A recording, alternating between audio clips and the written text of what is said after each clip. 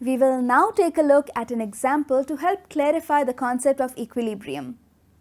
In a reaction with hydrogen and iodine vapors, some molecules react to give hydrogen iodide. Here is the reaction. As this takes place, the reverse reaction also begins to take place. In the reverse reaction, hydrogen iodide molecules decompose to give hydrogen and iodine. Take a look here at this equation. And the reversible reaction can be written as: initially, the concentration of the reactants, hydrogen and iodine, is higher than that of the product, which is hydrogen iodide. In other words, the forward reaction is faster than the reverse reaction. Take a look at this graph.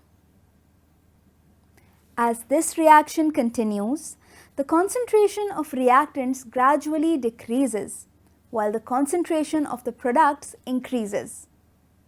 Consequently, the rate of the forward reaction decreases and the rate of the reverse reaction begins to increase.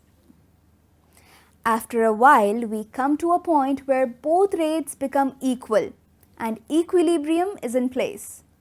At this point, the concentration of reactants and products become constant. So, this is what chemical equilibrium is all about.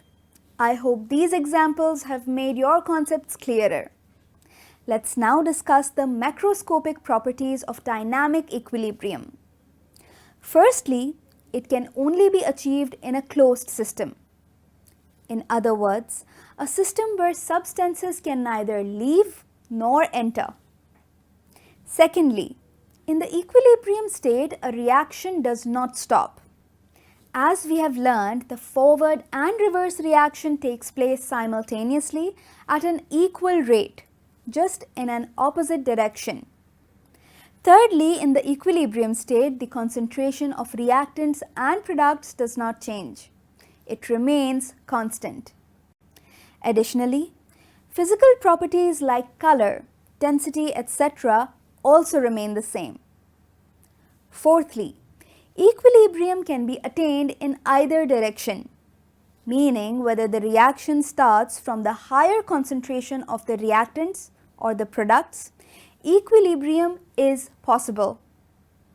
And lastly, the state of equilibrium can be disturbed but can be achieved under given conditions of concentration, temperature and pressure. These were some important properties of dynamic equilibrium.